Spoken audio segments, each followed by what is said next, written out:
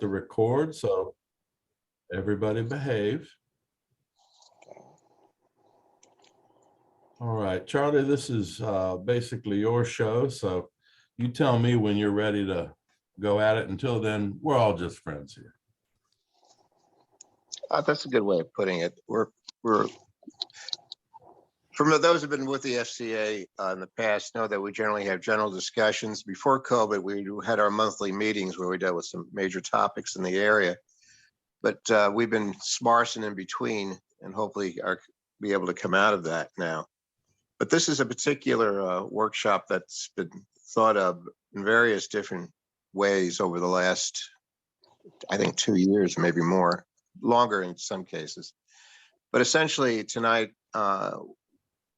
there's a lot of approaches to trying to improve our community, and there's a lot of approaches within each denomination.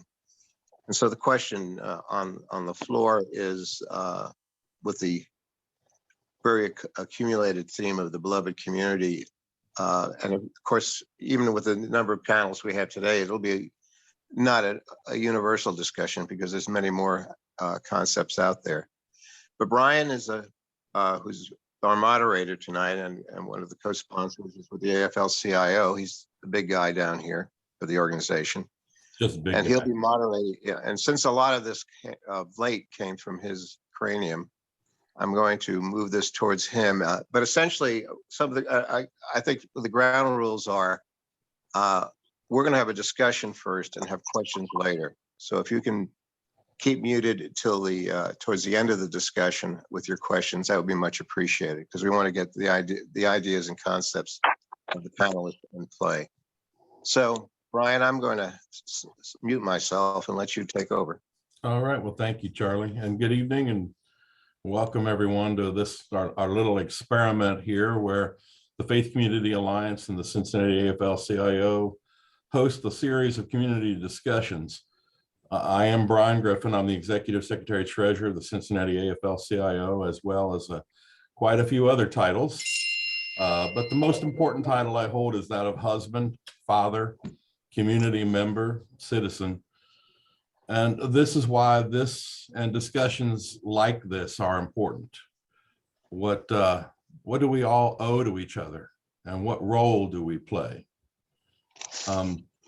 Tonight, we're here to discuss the term beloved community, which was coined by an early 20th century American philosopher, Josiah Royce. But most of us, and certainly me, learned it from the Reverend Dr. Martin Luther King Jr., who often spoke of the beloved community as his goal. In the 1950s, when Dr. King first spoke on and thus popularized the notion of beloved community, he envisioned a world where everyone would work together to benefit the common good, to make economic and social justice a reality for all communities. Within that community, there would be zero tolerance of poverty, hunger, and homelessness. All forms of prejudice and discrimination would be eliminated. Intention and international standards for quality of human life, economic and social justice would be seen as vital for a healthy society, and conflict would be resolved using peaceful and nonviolent means. Dr. King believed when individuals collaborated in pursuit of equality, equity, and justice, society would become stronger. So by way of a few introductions, let's give a quick shout out to a few folk here that are going to be carrying the panel portion of this discussion this evening, and they will carry most of the water. So first, wave your hand as I call your name out. We have Libby Crawford from Beloved Community Movement of the Episcopal Diocese, and John Harris, chapter of the Union of Black Episcopalians, the Diocese of Southern Ohio. Reverend Damon Lynch Jr., Cincinnati Baptist Ministers Conference, and James R. Newby, minister and public friend of Cincinnati Friends Meeting.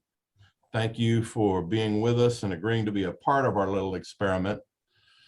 And as for the rest of you, as Charlie had said, if you would just please keep your mics muted for the panel portion, and we will circle back for a broader Q&A and discussion at the end. So thank you very much.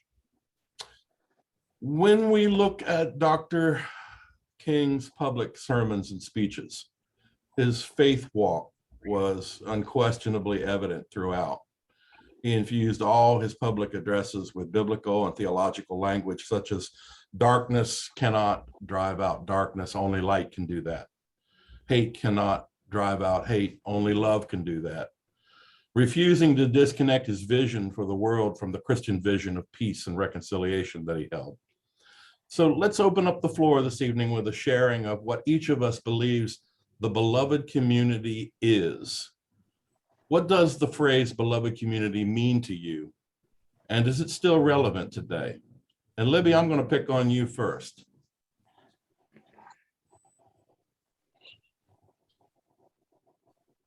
Some of you may know I grew up in Alabama, and I'm very much steeped in the theology of Martin Luther King, and grew up in the middle of the civil rights movement with a mother who was very much part of the movement. And I remember saying as a child, why can't we just all get along? Especially during the Selma March and some other kinds of actions that I saw up close and personal. Then I began the dream of what I dream beloved community should look like, meaning all of our siblings are valued and beloved. And I go back to something that is in the baptismal covenant. And we always ask these questions. Will you seek to serve Christ and all persons, loving your neighbor as yourself? And the people respond, we will with God's help. Will you strive for justice and peace among all peoples and respect the dignity of every human being? And the people respond, we will with God's help. That's my view of beloved community. John, when you hear it, John Harris, what do you think? Is this a relevant concept still today? Oh, very definitely. Very definitely. And I think that we are moving in that direction, although there's still a lot of things in our society and in the world that is a distraction, especially some of the things that we're experiencing with the war that's going on in Ukraine and the Russian and that narrative. But I came to the Episcopal Church in 1963 because the Diocese of Southern Ohio had just initiated a program that was called institutional racism. And through that, I think that our church, the Diocese of Southern Ohio, and even the national church now, that has adopted becoming the beloved community as its priority and its focus, mainly around racial justice and equity and care of creation. So I think that because those are the priority conversations that is taking place among us, that we've made progress, and I quite frankly think there's still hope for us as a society. Jim, when you hear beloved community, what does it ring for you, and do you find it to be still something relevant? I sure hope so, Brian. It's something that I speak on frequently. And I come out of the Quaker tradition. And Quakers have a testimony on community. Quakers have a testimony on equality. We're a non-creedal tradition, but we do have the testimonies that emphasize what we believe is important. Community and equality are a couple of those things that we care about. I love Parker Palmer's definition of community. He said, a community is that place where the person you least want to be with is always present. And the addendum to that is that when that person leaves or dies, there's always someone else to take his or her place. Mm. And that is community. We are different. We are diverse. And yet we are called to be a part of a beloved community, certainly within the Christian tradition, where the theme throughout the New Testament or the Christian Testament talks about being members one of another. And that's a theme. I think the Apostle Paul writes about that in 1 Thessalonians 5 separate times, being members one of another. I truly believe that if we don't have a set of values that around which we can rally in terms of a beloved community, then the future of our country is in peril. And we've seen what has happened when that social fabric begins to fray at the edges with the shootings in Buffalo and the shootings in Pittsburgh and the synagogue and the shootings in Charleston, South Carolina, and so on. And so at this point in our history, beloved community is absolutely necessary to the social fabric of our country and our world. Thank you, Jim. Reverend Lynch, I want to point out that I'm coming to you last out of the utmost of respect. I didn't want to put you last in the sense of being last. I wanted to put you last because I'm most interested in your comments on this. Is beloved community still a relevant concept? Is it something that we are still striving for, sir?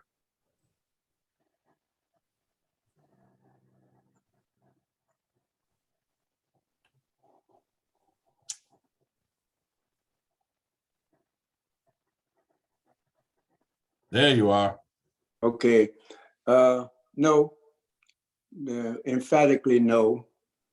The whole concept, when you look at it and how it's been portrayed since Howard Thurman and the man who coined the phrase, and then took over by Martin Luther King and the Birmingham jail and the letter writing on toilet paper about everybody coming together and being one, as the Bible wants us to be.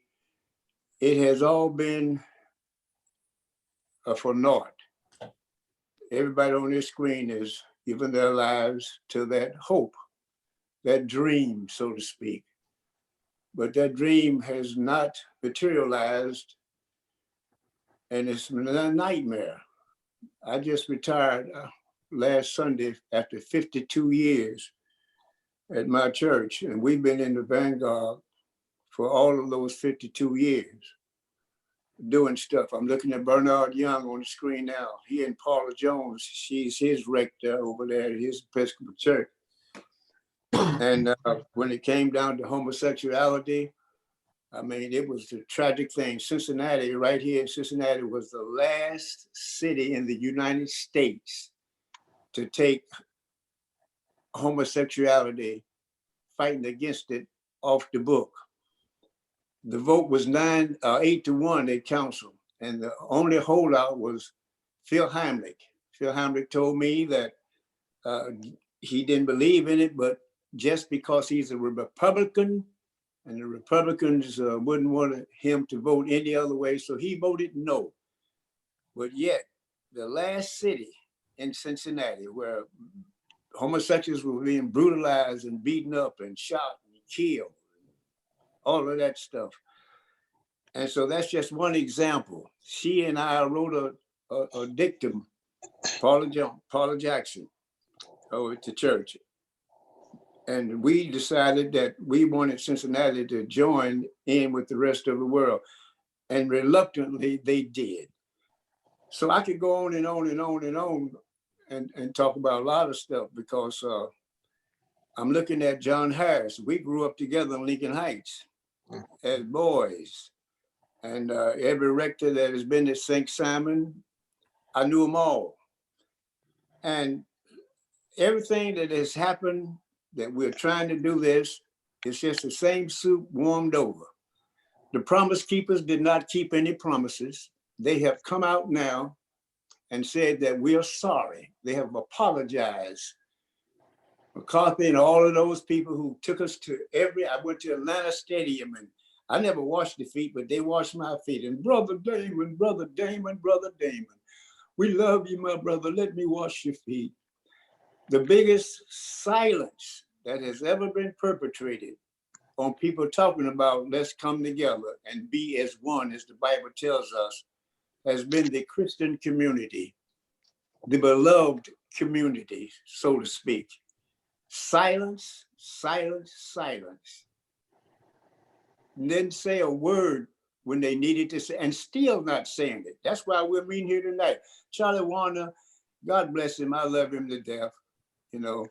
But when he asked me to come on here, I told him I knew what it was going to be like, and I've been through thousands of these, and nothing has ever happened. Matter of fact, it is worse now among the Christian community, because the Christian community is the most silent community in the world when it comes to doing what the Bible says that we should do. Now, I'll shut up now, because I know when we start talking about it and get some feedback, there'll be some more stuff. But I am, 83 years old, and I have not seen anything that comes close to what King and the rest of them talked about, and especially our Lord and Savior, Jesus Christ. Reverend Lynch, you never disappoint. I appreciate that. It's a clarion call to hear you say that, actually. I'm not dismayed by what you say. I believe it's a active and actual representation of our current state. I do hope that there is still hope. What's interesting is it kind of leads to my next question. When the first real reference that I was able to find, certainly repeatedly, was given to credit to 20th century philosopher, theologian, Josiah Royce. And Royce stated that when one cannot find the beloved community, we need to take steps to create it. And if there is no evidence of the existence of such a community, then the rule to live by is to act so as to hasten its coming. In other words, it is up to each of us to build the beloved community when it does not exist. Is that so? Libby?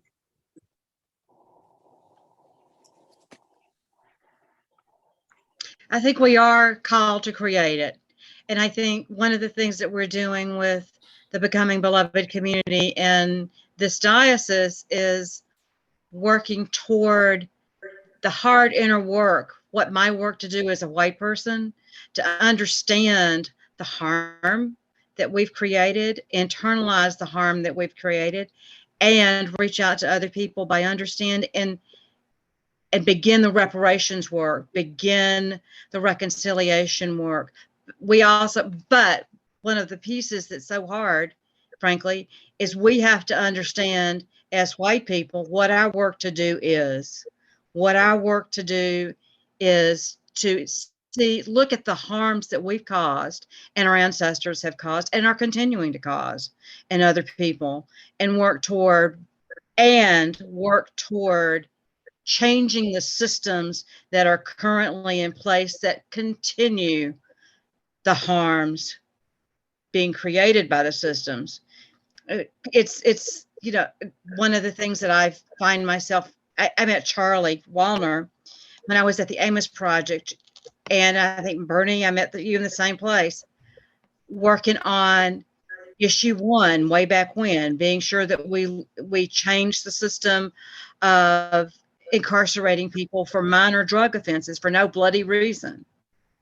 That's the kind of work I think we're called to do, as well as voter registration and education, and continue to fight these fights. And frankly, right now, I'm at Church of Our Savior working with Mother Paula, and I chose that because she's somebody I can learn from, as well as all of you.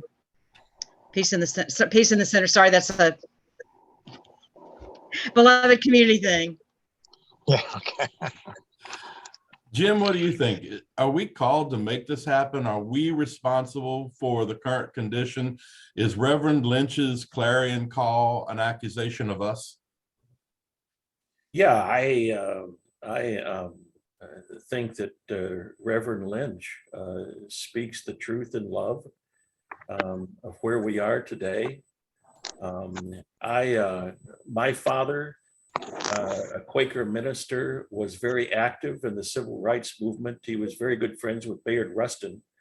Some of you may know Bayard and his organization of the 1963 March on Washington, where the Reverend King gave his "I Have a Dream" speech. And my father was the head of the Human Relations Council in the city of Minneapolis, worked very closely with Mayor Humphrey at that time.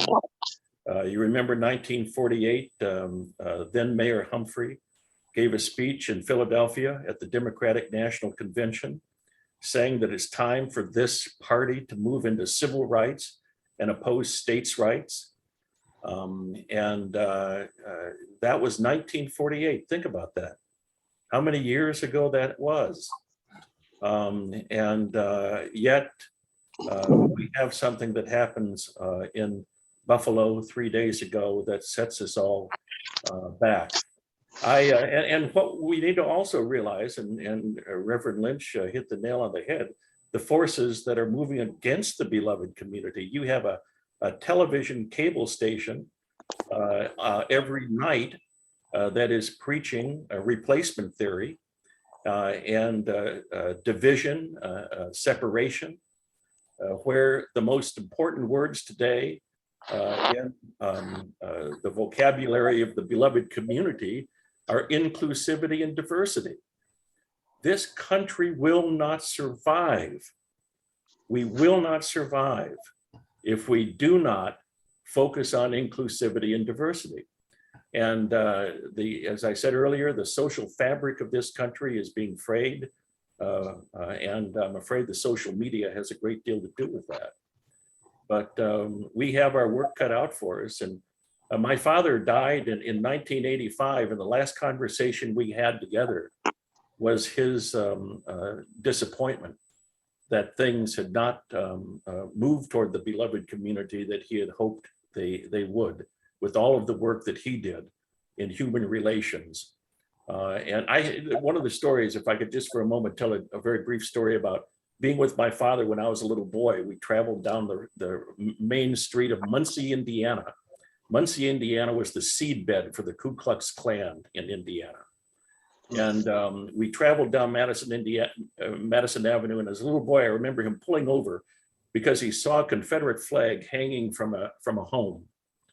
And he walked up to that house and knocked on the door. And I can still remember as a little boy watching this, and he talked to the owner, saying that he had every right to fly that flag, but it represented slavery to a large portion of our community, and it would help if he would take that down and help us move toward more of a community if he would take that down. And believe it or not, my father walked back to the car, and that man took that flag down because he had enough respect for my father to do so. Now, today, he probably would have been shot. But the concern has to continue to be before us. We have to continue to have hope. Hope is what keeps us going. And hopefully we'll continue to make small strides toward the direction of beloved community.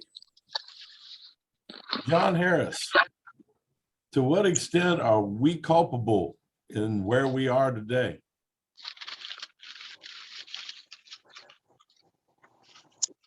I think both views from my brother Damon, I think is truth. But I also see, especially within the Episcopal Church over the last few years, 4 or 5 years, that there is going on a sincere desire to have conversation, put the responsibility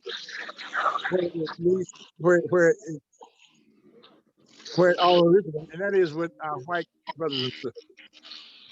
And the becoming the beloved community that the church has engaged in over the last few years, especially here in the Diocese of Southern Ohio. There is a growing number of our white brothers and sisters who are beginning to see that we all exist in this sea of whiteness, and that everything that we do, we make judgments because of that sea that we live in. And that in order to change that, we have to carve out where can we change where we are. We can't change the entire world, but we can change and make choices where we are now. That's different from when I started out, with the civil rights movement, we were protesting against racism, but the conversation has shifted.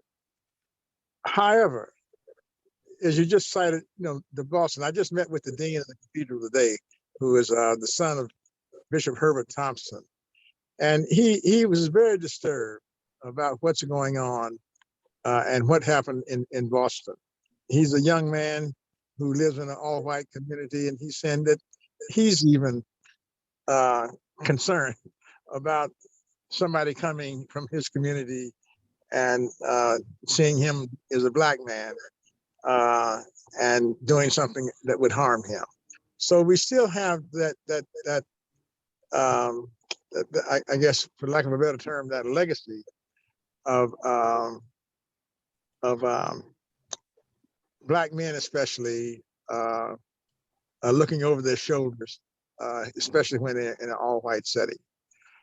But again, I'm encouraged with the number of white people, white brothers and sisters, who are beginning to look at our society and looking at our legacy in a way that sees that the responsibility for the solution, lies with our white brothers and sisters, and it lies at the intersection of whiteness and racism. Thank you, John. Reverend Lynch, let's flip the script on you for a minute. Accepting your first statement as truth, which I do, what's the prescription for each of us? Because this is only going to happen one heart, one soul, one mind at a time. So take your vision and tell us now what each of us, what each one of these little rectangles here needs to be doing when we leave tonight. Well, that's very simple, because everybody on the screen here and those who are not on the screen but listening have a different opinion. I see where Joe Henry just joined. And so everybody's got a different opinion, and we all want to bring about the change that the Brother Love community talks about. But nobody is doing anything but talking, as the boys on the corner would say, conversating. Yeah. I appreciate what John is saying here about the white brothers coming together. They've always come together. I mean, what do you think that Promise Keeper thing was all about? You need to read what these guys did, and they would tell you how they failed. They failed at the point where they should have been dealing with what they were engaged to do from Jump Street, to speak up, tell the truth. You got kids now. I just watched the 6 o'clock news out there in Turpin and Anderson. And they said, well, look, you can't take the books away. We want to learn. But their parents are still dealing with what we're talking about now. They're trying to eradicate the history of this country. They got replacement theories going on. And we sitting here still talking about let's come together as brothers and hug and kiss each other. We can do that, but can't you see while we're doing that, the other people's are plotting and planning And they said, let them keep kissing, let them keep hugging, let them keep going on screens, let them keep having dialogue about stuff but we're going to keep all of the money where it is. We're not going to see any major changes in the neighborhood. And this has got nothing to do with black and white. This has got to do with everybody. Everybody. But the belief system is not even involved in this. This is the way the country was set up. And it is still running that way, and it will continue to run that way because it was designed to run that way. You know, everybody said, well, you know, church and state, they separate, you know, well, that's fine. But church and state is not the Bible. The Bible says, let's deal with it the way it should be dealt with, brother to brother. That's what we're talking about, brotherhood to brotherhood, sisterhood to sisterhood. We're not doing that. We have sliced up to what the Bible told us to do, and we are now doing it by female and male and homo and abortion and all kinds of stuff that's getting in the way of the real deal. And the real deal is that everybody was born by God, and we have a right to everything that the Constitution said we should have a right to. And that's the bottom line. That's the bottom line. And so Joe Henry, we had a black organization. I'm the president of the Baptist Ministers Conference. I met Joe when we started talking about prison reform and doing stuff in prisons. I said, well, Joe, you come on, join the Baptist Ministers Conference. Well, that's a black organization and they might not want me. I said, I'm president, come on over there. And he came over there and did a great job and took what he was doing over there in Cumminsville. And so I'm just saying, either we're going to do it or we're not going to do it. Because most of you got positions and some of you like the positions that you're in and you want to stay there. But I mean, come out from among them and let's try to do something so that the people can do something. So Mothers Against Drunk Drivers, they got it done because they decided. Susan B. Anthony and that other black chick standing beside her, 1920, they got voting for women because they did something. And so unless we do something, that's it. One of the great preachers we got now, a black preacher, y'all all know him, Mac Mickle. Mac said, if you see some, then say some. And if you see some and don't say some, you're gonna suffer something. And that's what we're doing now. We're suffering the same old stuff, fighting the same old battles. I'm looking at you now. Wesleyan got the same old beard. I'm looking at him now, Bernard, and he's wearing the same clothes, you know. And we got our own little nooks and stuff, but we're not doing it. So my question to you, Mr. Moderator, when I was informed to come on here tonight, that you had some answers and that you were going to try to do something with labor and so that we can do this and do that. So I'd like to hear from you and what's your point in trying to get us all together to do the same thing we've been doing and availing nothing. Well, Reverend, I wish I had the answers. I'm not sure what you were told, and I don't think of myself in such a high estate to be able to say that I have the answers. I do like to think that I will be, can be, should be a part of the solution, but I don't have a prescription. What I see around me every day takes a beating on me. What I see around us, when I see, shooting after shooting after shooting, when I see the health disparities that come out of COVID, when I see, the differences in our schools right here in our city, I see it. It's almost like this is what we swim in. This is the water, but not enough of the fish recognize that it's water and we're swimming in it. So I don't have a prescription. I come, as I think most of us do here, seeking. I believe that none of us are as smart as all of us. And I would like to think that through a process like this, that we move closer. And one of the things that I think is, taking it a piece at a time. When I think about the last couple of years and the things we've been through, the health disparities are one of the things that I find to be one of the most disturbing, because usually it's the most vulnerable among us, the very oldest to the very youngest. And then when you start to look at the disparity in the different communities, it's usually the folks that have the least voice. So you got the oldest and the youngest of those who have the least voice that end up paying the greatest price when we have something as simple as, you know, a microbial enemy in the form of a pandemic. Those are things that are not happening at a microbial level. Those are things that are happening in the policies and the processes and the seats of government. Decisions get made and people get left out. And so what are we doing about it? That's my question to you. Since you dealt with, what are we doing about it? Well, I'm on the board of UC Health. I'm on the board of UC. I'm the oldest member on the board of UC Health in terms of longevity. You know how I got on the board of UC Health? I was marching one day over there because of the stuff that you're talking about right now. And I had a sign in my hand, hospital, so and so and so and so, and all of the guys were behind us. And we were marching with those signs. And the man walked out on the street, one of the administrators, and said, "Reverend, can I speak to you?" He called me in. He said, "Reverend, I tell you what, listen, you're going to be a board member. And so now you belong in here with us now. You're not with them." But I was with them, and I said, "Oh, I'm going to be a board member." I said, "Well, if I'm going to be a board member, I'll leave the sign out here.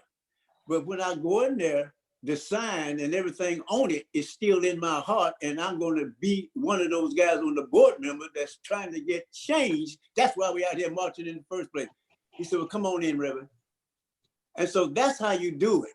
I listened to what Brother Newby said. He had some good stuff. The Freedom Center was started because one day we were sitting around, the Ku Klux Klan had just left the square, and everybody's scared and running, Christians and everybody. And we said, we can't allow this to happen in here. And so what happened was the fact that he knows what I'm talking about. He jumped up and he said, "You know what? The Underground Railroad came through here. Why is it that we the Underground Railroad?" And the light bulb went on in the room. And when that light bulb went on, guess what? It's down there now. Because that's why you got to move in order to change stuff. My thing is that I've been out here too long and I have not seen the Christian community as a whole come together and stand and say what needs to be said. We said it on these little things here we're doing right here, but to get out there and say it to the ones that are doing what you said, Brother Griffin, is causing all of the troubles. Nobody's saying that. Fox News and Tucker Carlson, they're running wild over there, making millions of dollars personally and corrupting this country. But where are the Christians as a group? We need to get rid of being Episcopalian. We need to get rid of being a Baptist and a Methodist and all these, what we've grown in. And we need to stand up as a Christian community and say what the book said. That's where I am on that. Well, I couldn't be in more agreement with you. My problem with the Christian community is, which one are you talking about? I'm talking about all of them who profess. Well, do you know that right here in this country, there are 33,000 flavors of Christianity? That ain't your point. And well, it's a part of the point. How did we do that? We're not talking about no daggone Christianity as a sect. I'm talking about what the right thing to do. That's all. But we all look at the same Bible. We all look at the same Bible, and we all come away with some type of. But yeah, that, you know, reading the same Bible has nothing to do with the ailments of the country. Yeah. And what you have cited, so I don't care where you go to church. If you don't go to church, what you have cited is impacting your house. Yes. Yes. All right. That's all we're talking about. Let's deal with the house. Well, I guess what I'm asking, or what I'm pointing at, is much of the Christian community, in my opinion, has been co-opted and been taken into an entire different place than what our Lord But let's Jesus use the Christ ones, let's said. use the ones we got that have not been co-opted, like the ones on this Exactly. screen tonight. Amen. I And couldn't let agree us with you say, more hey, there. let us do 3 things. We're going to do this, we're going to do that, we're going to meet so and so and so and so, and we're going to write letters, we're going to send letters, we're going to send this, we're going to specify what this has got to say, and we're going to do it in the name of Jesus, because every Christian community believes in some aspect of what Jesus was. Okay. My apologies if you were under the impression that I had answers. I'm seeking answers, and I'm hopefully every day a part of the process. I do my Well, best okay, where well, I am and with what I have. well, And maybe I misunderstood who told me about you to make me join here tonight. no, Was the fact that you were a part of the AFL-CIO, and your predecessors, you know, they tried like heck and everything to do stuff to make sure that we had good jobs and make sure that we got equal pay and so forth. I thought that's where you were. So, I mean, that's a big help. well, it is. And I That's like a to think Christian that, work. you know, if having a fair day's wage for an honest day's labor is a Thank you. help, then we've been a part of that. That's If the being Bible. able Go to into the take vineyard and work, and and whatsoever if being right able our to pay. take a weekend off to be with your family and to join your faith community is helpful, then yes, we were a part of that. If going to work and coming home safe because you had safe working conditions, well, Right. we were a part of that. If Right. those things are something that the labor community can stand by, then certainly I'm very proud of that type of a history. But I think we That's need good. to broaden this out just a little bit. I am personally very interested in what the impact of moving toward a beloved community would be, especially when it comes to health disparities. You know, Dr. King, when he first spoke on the beloved community and popularized the notion, he held that the economic and social justice are the twin pillars supporting the beloved community. What would be the health impacts of such a society? How would King's beloved community be a prescription for a healthier society? I mean, let's just take that aspect of it. When I look at the disparity over the last couple of years specifically, I can't help but think that moving toward what your vision, what your actions are calling for, Dr. Lynch, would have changed many of those outcomes. Well, it did. It did. You'd be surprised how more healthy Cincinnati is now than it was before I got on that board. Did you hear what I'm telling you? You go over there now and talk to them. I'm just telling you right now. Reverend Lynch, let's go around the horn here with some of our other folk. You take cancer, for instance, John Barrett and all those Barrett boys that run this cancer stuff, we are now ranking high. We don't Yeah, have but to our go infant to mortality rates are low, are high all too. of it, all of it, it's being reached everybody. Go over there now and look at what's being built. We don't have to go to MD Anderson anymore. We don't have to go there anymore. We don't have to go to Cleveland Clinic anymore. And it's because of the protest and talking about what Jesus said. And if you keep talking about Martin Luther King, his main thing was that the most tragic thing above all against poor people was the fact of a lack of health care. Yes, That's and it what still the is. beloved community is about.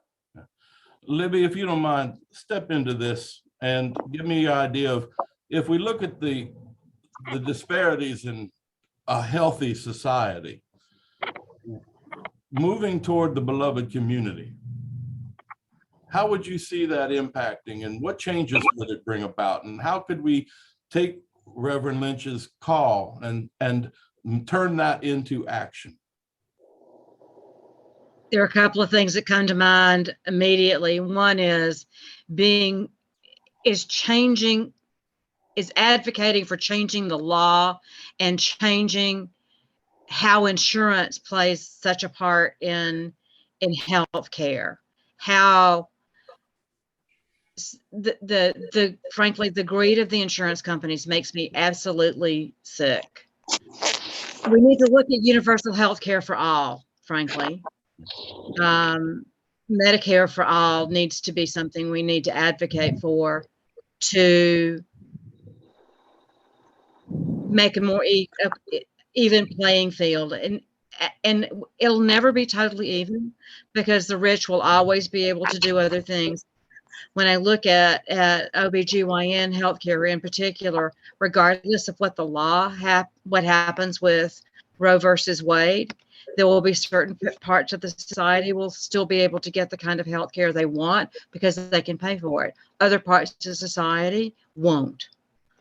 That's one of the things we need to do for healthcare is continue to advocate for really universal healthcare for all, as well as helping to educate doctors and nurses and medical professionals across all races, because people want to go to people that look like them. I don't particularly care, but that's who I am.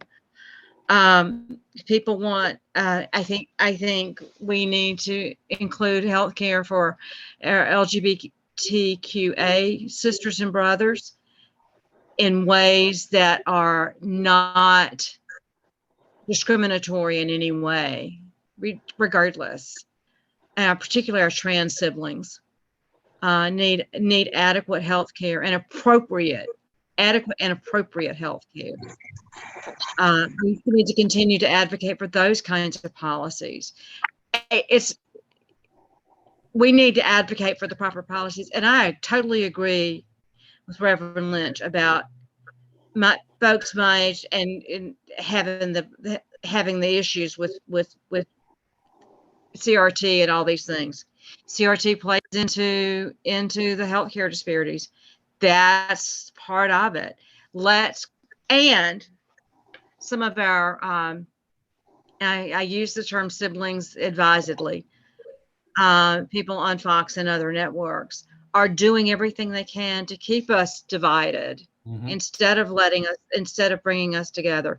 They want to fan the flames of division and divisiveness and not work toward letting us come together. And we have to fight. It's an uphill battle for us to continue to fight. Like many people on this call, I've been fighting all my life, and I'm a little tired too, but I'm going to continue. And I have something above my desk. Do not be daunted by the enormity of the world's grief. Do justly now. Love mercy now. Walk humbly now. You are not obligated to complete the work, nor can you abandon it. Thank you. John Harris, if we look at the beloved community as a destination, what is the impact on that? And how do we get there from here, given the disparities that we see each and every day in something as simple as healthcare?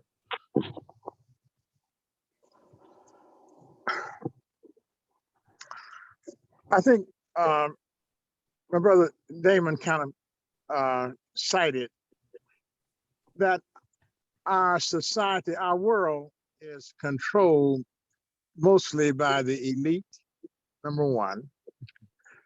And I'm beginning to see some conversation taking place in the boardrooms. I subscribe to an organization called the Policy Link, and they have created some research and also have engaged 131 corporate CEOs who have signed off on some objectives around equity, both in the workplace and in society. My hope is that those kinds of efforts will bear fruit. I think that we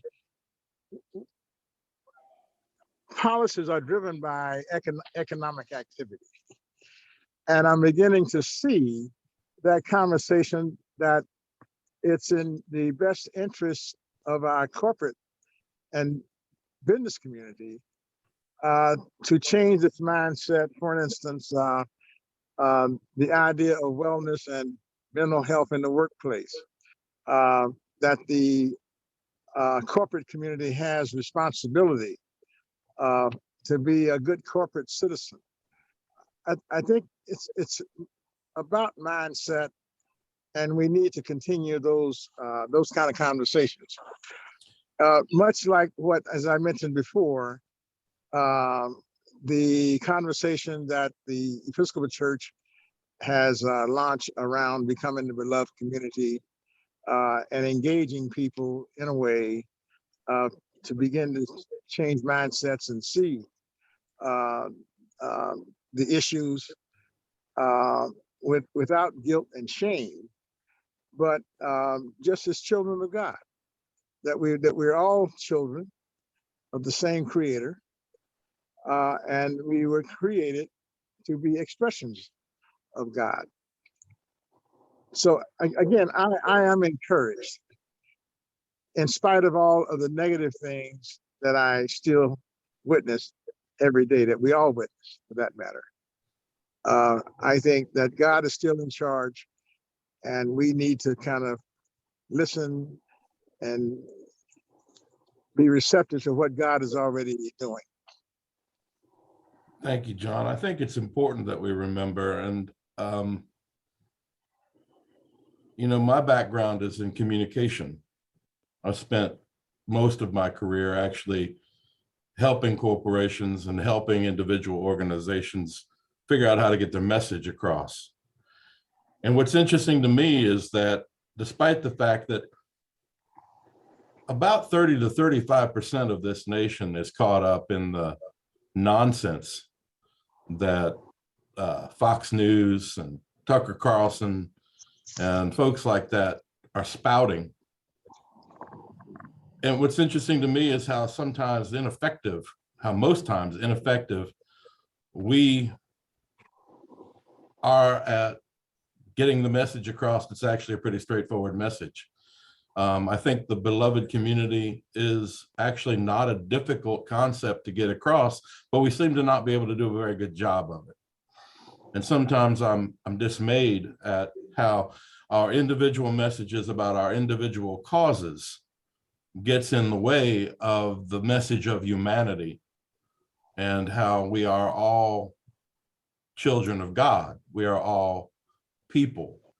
We are all humans first, and that we do owe it to each other. So I guess in that light, Jim, come to this conversation about what the beloved community idea, the hope, would do to something as simple as better equity, better balance in something as straightforward as eliminating rampant disease in communities of color, disease that takes young children early. We have a high infant mortality rate here in our own city. And if you look at it, it's very much drawn along the lines of, disparity. Yes. I, as others were talking, I couldn't help but think of an interview that I conducted with C. Everett Koop a number of years ago. He was the Surgeon General under Reagan. And he told me he was in favor of Hillary Clinton's universal health care plan. Some of you may remember that she worked on this when she first got to the White House. Yeah. And, he said he was in favor of it, but he knew that the minute that program went public, and these are the words that we all need to hear, the minute that program went public, there would be 750 healthcare lobbyists on the Hill the next morning. Now, friends, that's what we're up against. We're up against an insurance industry. There's a reason why in our major cities, the largest buildings are insurance companies. These are very that are in control. They decide whether or not they will say yes to prescribing a drug or no. I'm a diabetic. My doctor recommended that I take Trulicity. And Trulicity is made by Eli Lilly in Indianapolis. And when I'm out of the, when I'm in the deductible or in the George W. Bush donut hole in terms of medication, I'm paying $500 a month for Trulicity. That doesn't include the insulin I have to purchase. Now, friends, we can't afford this.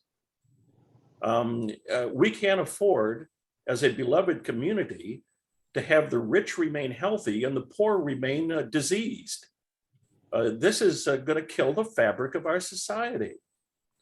And universal health care is a right. We all have the right to be healthy human beings and to get the medication that we need. And that means allowing Medicare to be able to negotiate better prices so that the healthcare industry doesn't make all this money off of seniors, which is what they're doing. And you know, our Congress people are given millions of dollars a year by these industries. And I don't have that kind of money. The Quakers don't have that kind of, the Quakers have 2 lobbyists on the Hill in the Friends Committee on National Legislation. 750 healthcare lobbyists, who can compete with that? It's damnable what this is doing to our society. And we're having to make choices between whether we pay the mortgage or whether we get our medication. I mean, this is happening all over our country, all over this city. And so I hope that I'm trying to keep the hope alive, believe me. I believe in hope, but just to realize what we're up against. Thank you, Jim. We're getting. Brian, can a minute? Yes, John. Go back to the communications piece again. I mentioned to you, I met with the dean of the cathedral this morning, and he was very upset about the Buffalo shooting. And he made a comment, you know, the young man who did the shooting, he cited that the country is being taken away from him. Now here we got a young 18-year-old, or whatever, how old he was, having a feeling that the country is being taken away from him. And the only way that he could get that opinion is the fact that he is listening to a source of, he's getting his information from a source that is perpetuating that fear that white people are in jeopardy. And a lot of that is coming from peers. But I think we need to be conscious, aware of that, so that the messaging, if we're talking about becoming the beloved community, we're going to have to look at other ways to communicate that to the entire, especially our young next generation of leaders and so forth. I just wanted to point that out. No, I agree with you completely. I believe the whole issue that we're up against, Jim alluded to it, 750 to 2 is not a good ratio, but more than anything, communications. Yes. I am constantly frustrated by the fact that our, quote, our side of the argument is just not very good at communicating. And yet we're up against a very, very well-resourced, affluent machine that spouts all types of nonsense on a very regular basis and makes it, if you say it often enough, it becomes an accepted norm.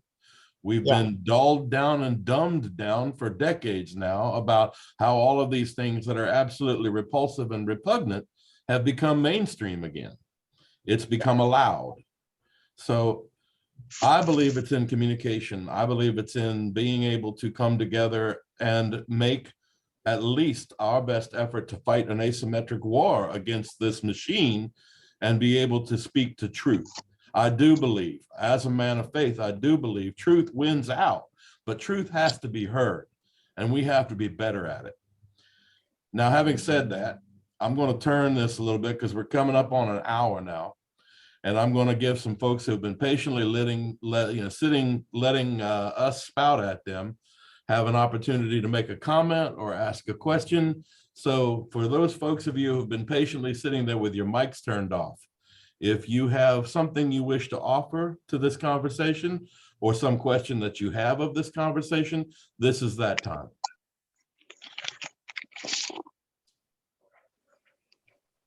Come on now, don't be shy.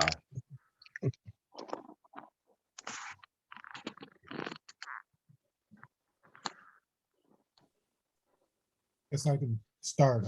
My name's been called several times in this conversation, and I'm happy to see people I haven't seen in quite some time now. And I certainly have some good friends among this group.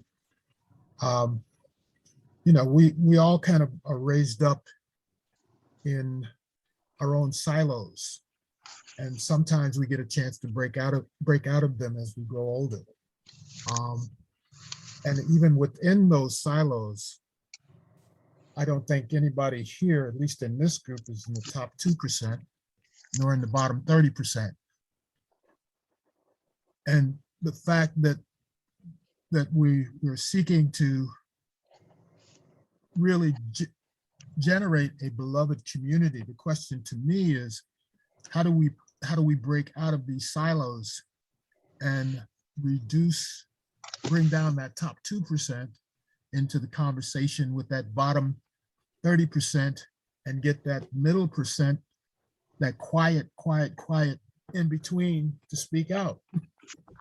You know, we all have our own truths, and they're truths that we grow up with and we learn and we feel comfortable in. And as we live in these shells that we live in, that people look at from the outside and make determinations of what they think we are.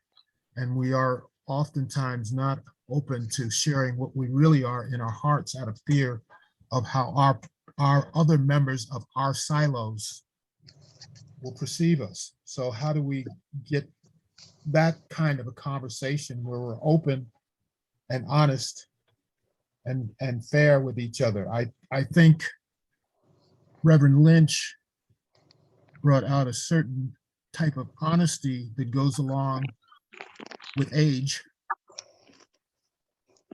and goes along with, I've reached that age where fear is less because the future is not as long. But again, how do we get that and share that and allow, because I don't see any real young people in this group at all. How do we bring them into this conversation where they can be open and not fear being ostracized by their own groups, which have a whole different idea oftentimes. I look at my son, my oldest son is 45 and my youngest, no, 48, my youngest son is 40. You know, how do I get them to even open up? And I've got one that's pretty conservative and the other one is still a gangster out there on the street.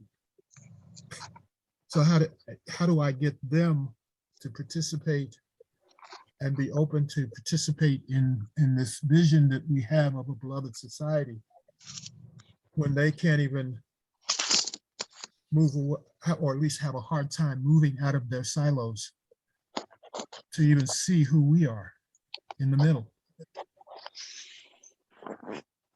Thank you, Bernard. Appreciate it. I think one of the pieces that you spoke to there was, it's interesting, earlier, before we actually got officially started, Ms. Libby and I were talking about, and we both seem to have a great admiration for Richard Rohr, who is an author and Franciscan priest. And he has a book called Falling Upward, which is about the two halves of life. And in the first half of life, you build the vessel. And in the second half of life, you become much more concerned with what's in the vessel. And I think it's a great metaphor because all of us, I think all the faces I'm seeing, I think we're in the second half of life. And maybe we're a little more concerned with what's in our vessel now, as we should be.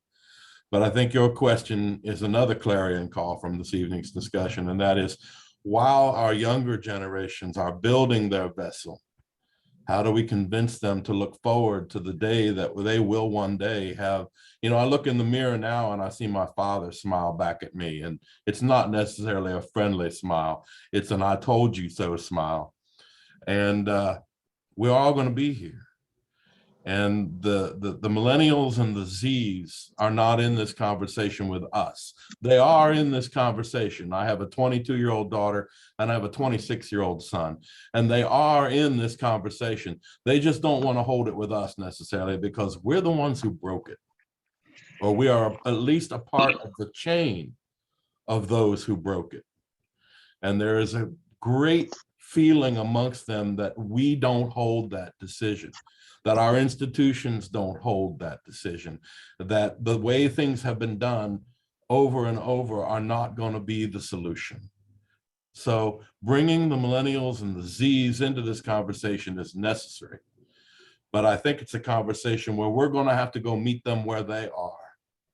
And we're going to have to figure out what it is that they see that we have done. Most of the promises we made them, we broke. And we need to be able to restore that faith to continue this conversation, at least hear their conversation. And I believe that is an imperative. There was another thing you said, if you'll allow me one more quick, short story. What brought me to Cincinnati was I was working in marketing and communications for the Cincinnati Symphony and Pops orchestras. Their process of bringing somebody in to audition for them is entirely blind. You don't know the gender, you don't know the race, you don't know the faith, you don't know anything. They come in through a back door where nobody sees them come in, and they sit down behind a black curtain and they play, and you hear their soul. And they make two decisions. Is this artistry that is of a level that we need? And is this tone, this quality, this character, one that fits within the community, the culture, the sound of our orchestra? And I often thought it was the perfect metaphor for how we should be treating each other. I want to know your soul. I want to know whether or not your spirit sings with my spirit. And I think at times we forget because we get so caught up in those silos you were talking about. And all we know is our titles. And all we know are the things that the badges and the ribbons we pin all over ourselves. But if we take them all away and we stand here naked, that's where we begin to understand that I'm speaking from my soul to your soul. And that soul is just another soul that's on the same journey that we're all on. I don't mean to preach, but I'm very, very adamant about the fact that no, Reverend Lynch, I don't have the answers. I don't. I didn't come here to be the guy who provided the answers. I did come here to seek them. And I hope that we can be a part of that process. Any other questions, any other comments, any other feelings? Charles Wallen, wait a minute, no, Joe sat there quietly. Charlie, I'm going to put him ahead of you because I talk to you over tea all the time. Okay, I have heard more than once the statement about continuing this conversation. So my question is, what's going to happen to this group when this Zoom meeting is over? Are we going to continue the conversation?